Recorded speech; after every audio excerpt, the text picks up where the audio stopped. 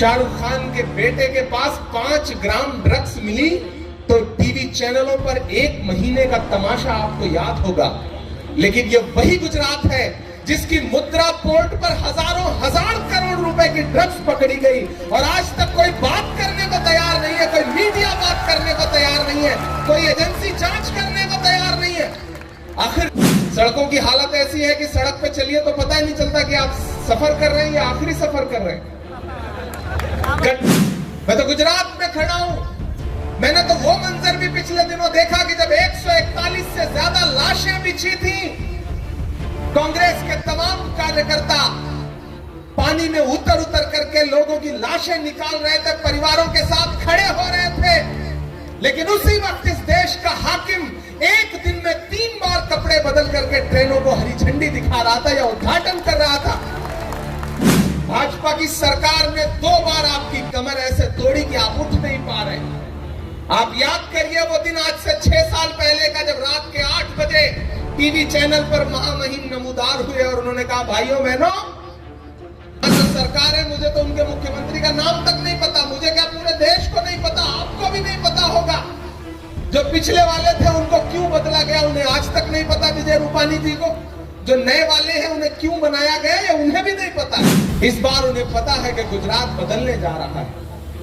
उन्हें पता है कि अकेले भाजपा कांग्रेस को नहीं रोक सकती, तो इसलिए उन्होंने फिर 2 दोस्त बुलाए अपने, एक दिल्ली से और एक हैदराबाद से, कि आइए और मदद करिए हमारी।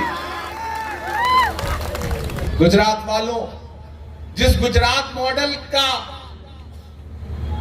जुमला बेच करके पूरे देश में वोट मांगा गया, मैं उस गुजरात मॉडल को पिछले 2 हफ्ते से गुजरात में देख रहा हूं, महसूस कर रहा हूं। वो गुजरात मॉडल तो अलग ही है। जिधर चले जाइए बड़ी तादाद में नौजवान परेशान घूम रहा है, उसके पास रोजगार नहीं है।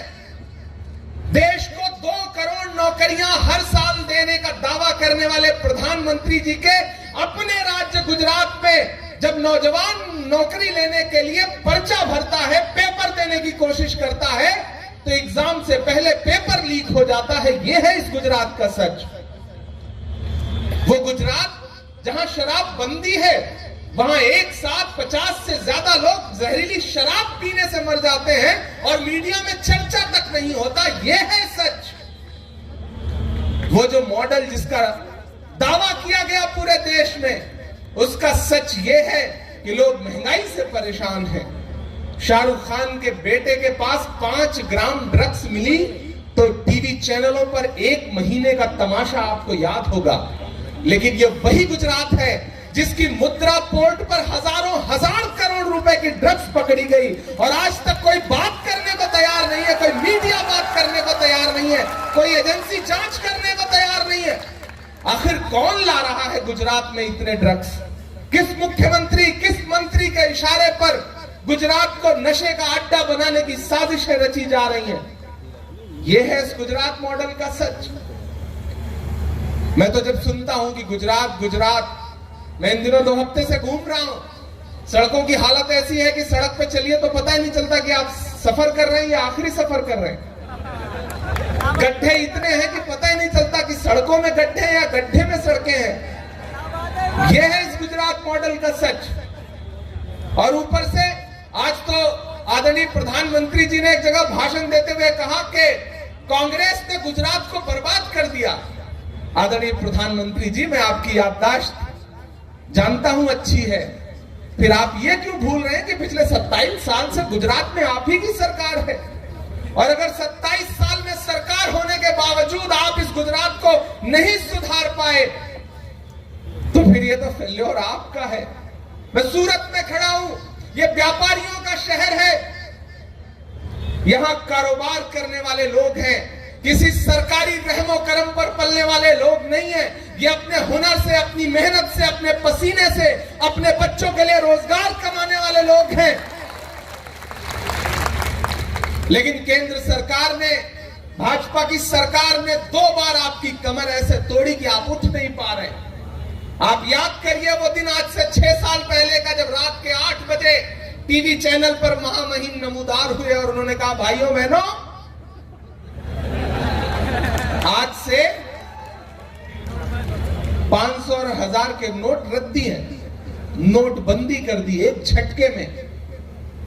वो तमाम माएं बहनें जिन्होंने अपने परिवार से छुपा करके, अपने घर वालों से छुपा करके, कहीं रसोई में आटे के डब्बे में, कहीं अपने पल्लू में बांध करके कुछ पैसे इसलिए रखे थे कि वो मुश्किलों में काम आएंगे, एक झटके में सब कागज के टुकड़े बन गए।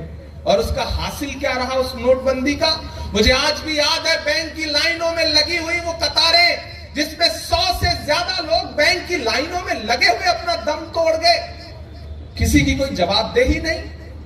एक बार आप उस नोटबंदी से उबर पाते, फिर वो एक नया टैक्स लेके आए, गब्बर सिंह टैक्स, जीएसटी। और जो रही सही कसर थी, सूरत जैसे व्यापारियों के शहर में व्यापारियों की कमर ऐसे तोड़ दी गई, ऐसे तोड़ दी गई कि उनके पूरे कारोबार को चौपट कर दिया गया। लिंबायत वालों, ये जो चुनाव है, इन तमाम चीजों पे जवाब मांगने का चुनाव है। सवाल करिए।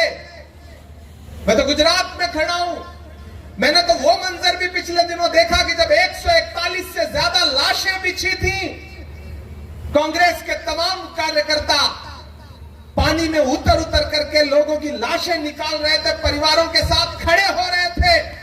लेकिन उसी वक्त इस देश का हाकिम एक दिन में 3 बार कपड़े बदल करके ट्रेनों को हरी झंडी दिखा रहा था या उद्घाटन कर रहा था। तो सवाल तो पूछना पड़ेगा। आज ये कहा जा रहा है, हिमाचल में वोट मांगते हुए कहा गया कि अगर हिमाचल में हमारी सरकार नहीं बनी तो कांग्रेस वाले हमें दिल्ली में काम नहीं करने देंगे। यही आपके यहां भी कहा जा रहा है कि अगर गुजरात में सरकार नहीं बनी डबल इंजन की तो काम नहीं करने देंगे कांग्रेस वालों। मैं तो हैरत में हूं, यहां जो सरकार है, मुझे तो उनके मुख्यमंत्री का नाम तक नहीं पता। मुझे क्या, पूरे देश को नहीं पता, आपको भी नहीं पता होगा। जो पिछले वाले थे उनको क्यों बदला गया, उन्हें आज तक नहीं पता विजय रूपानी जी को। जो नए वाले हैं उन्हें क्यों बनाया गया, ये उन्हें भी नहीं पता है। ऐसे में आपको जरूरत है एक मजबूत सरकार चुनिए, एक नई सरकार चुनिए जिसके सपने नए हो, जो गुजरात में कुछ करने की जद्दोजहद कर सके, जो गुजरात को बदलने का सपना देख सके। ऐसे में आपको कांग्रेस को चुनना पड़ेगा। और मैं क्यों छाती ठोक करके पूरी जिंदगी के साथ आपसे यह कह रहा हूं कि आपको कांग्रेस को चुनना पड़ेगा? क्योंकि कांग्रेस की जो सोच है वो इस देश को मोहब्बत से लेके चलने की सोच है। एक शख्स आरएसएस की नफरत की राजनीति के खिलाफ कन्याकुमारी से कश्मीर तक हर दिन पिछले 70 दिनों से 25 किलोमीटर हर दिन पैदल चल रहा है और यह कह रहा है कि नफरत छोड़ो, भारत जोड़ो। लोगों को एकजुट करने की कोशिश कर रहा है, मोहब्बत से आगे बढ़ रहा है। मैं उसके साथ चलता रहा हूं इस यात्रा में। कई कई जगह ऐसे मंजर आए हैं लिंबायत वालों की 1-1 लाख से ज्यादा आवाम एक वक्त में राहुल गांधी जी के साथ कदम से कदम मिलाकर के ये नारे लगा रही थी कि नफरत छोड़ो, भारत जोड़ो। मुझसे एक पत्रकार ने पूछा केरल में, जब मैं उस यात्रा में चल रहा था, कि इमरान साहब आप क्या कहेंगे, आप इस यात्रा में राहुल जी के साथ चल रहे हैं? तो मैंने एक ही बात कही थी, मैंने कहा अगर मैं महात्मा गांधी के दौर में पैदा हुआ होता तो अंग्रेजों के खिलाफ उस वक्त भी महात्मा गांधी के साथ चल रहा होता, लेकिन अगर मैं राहुल गांधी के साथ पैदा हुआ हूं तो यह मेरी खुशनसीबी है कि देश को जोड़ने के लिए मैं उनके कंधे से कंधा मिला करके चल रहा हूं। और अभी हम चलते जाएंगे। टूटी हुई कश्ती का हुनर देख रहे हैं, साहिल पे खड़े लोग इधर देख रहे हैं, तुम पांव के छालों को फकत देख रहे हो, हम और भी आगे का सफर देख रहे हैं। हमारी जो कोशिश है, हमारी जो सोच है वो ये है कि मोहब्बत से देश को जोड़ा जाए। गुजरात इस बार परिवर्तन के मुहाने पर खड़ा है। पिछली बार भी परिवर्तन होते होते रह गया था, बहुत थोड़ी सी कसर से चूक गए थे आप। सूरत वालों खासतौर से आप चूके थे। अगर आप ना चूके होते तो गुजरात पिछली बार ही बदल गया होता, लेकिन आप चूक गए थे। मैं आपसे शिकायत कर रहा हूं ये बात, लेकिन इस बार उस चूक का बदला चुकाने का वक्त है। और अगर इस बार आपने समझदारी से वोट किया तो आपको पिछली बार याद होगा कि विधानसभा चुनाव में सांसें अटक गई थी, पानी में जहाज उतारना पड़ा था, तमाम करतब दिखाने पड़े थे। इस बार उन्हें पता है कि गुजरात बदलने जा रहा है। उन्हें पता है कि अकेले भाजपा कांग्रेस को नहीं रोक सकती, तो इसलिए उन्होंने फिर दो दोस्त बुलाए अपने, एक दिल्ली से और एक हैदराबाद से, कि आइए और मदद करिए हमारी। आम आदमी पार्टी के लोग आएंगे आपके बीच में वोट मांगने, लेकिन मैं तो बस 2-3 बातें आपसे कहूंगा कि आम आदमी पार्टी के जो फाउंडर मेंबर थे, जिन्होंने अरविंद केजरीवाल जी के साथ मिलकर के आम आदमी पार्टी बनाई, वो अपने गुनाहों का प्रायश्चित करते हुए राहुल गांधी जी के साथ कंधे से कंधा मिलाकर के पैदल चल रहे हैं। नाम गिन लीजिए, योगेंद्र यादव पैदल चल रहे हैं, नाम गिन लीजिए, प्रशांत भूषण जी पैदल चल चुके।